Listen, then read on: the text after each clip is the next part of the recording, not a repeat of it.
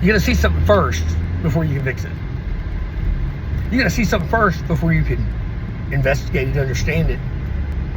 You have to see something so you can work your way through it to the other side of it. So when we turn around and look back at it and what we learned, when we look back at what we learned, we realize that we now have an understanding that is respectful of it because we've actually taken our time to understand it. See, for you to see something to fix it, means you have to acknowledge that you don't have all the answers of something.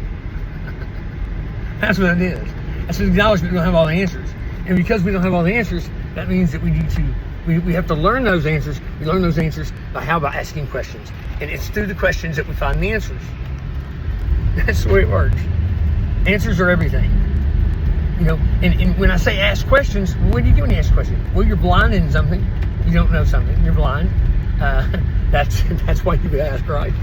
Because you don't have an answer. So you ask a question, and then all of a sudden you look up, and you know, eventually your mind will construct and put together all the pieces, or all the dots, I call them. It's like this leads to this, leads to this, and if you take any of those dots out of the pathway to your answer, to your solution, you take any of those dots out of the way, guess what? You won't find it then. You won't come to the same conclusion. You maybe find a different conclusion altogether. Now, and the funny part is, people do this instantaneously. You know, it's got it in there. So you look at something, I look at something, we look at the same thing. We're standing almost in the same position. And then it goes, is there then, if we see two different things, because we get it, because how do we see? Do we actually see anything? No.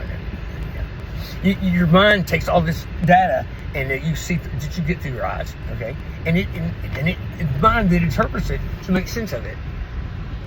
It's not, the mind interprets it to make sense of it. That's the way it works. Okay?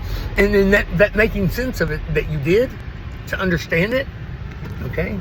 That is then your perception of it. Perception is nothing more than your understanding of something. Of what you've gathered, what you've learned. From the questions you ask. See, your questions are yours to ask. They are. They're yours to ask. Those questions will be yours unique because you've lived a very unique life. Okay? You got to see something first before you can fix it. You got to see something first before you can investigate it, understand it. You have to see something so you can work your way through it to the other side of it. So when we turn around and look back at it and what we learned, when we look back at what we learned, we realize that we now have an understanding that is respectful of it because we've actually taken our time to understand it. See,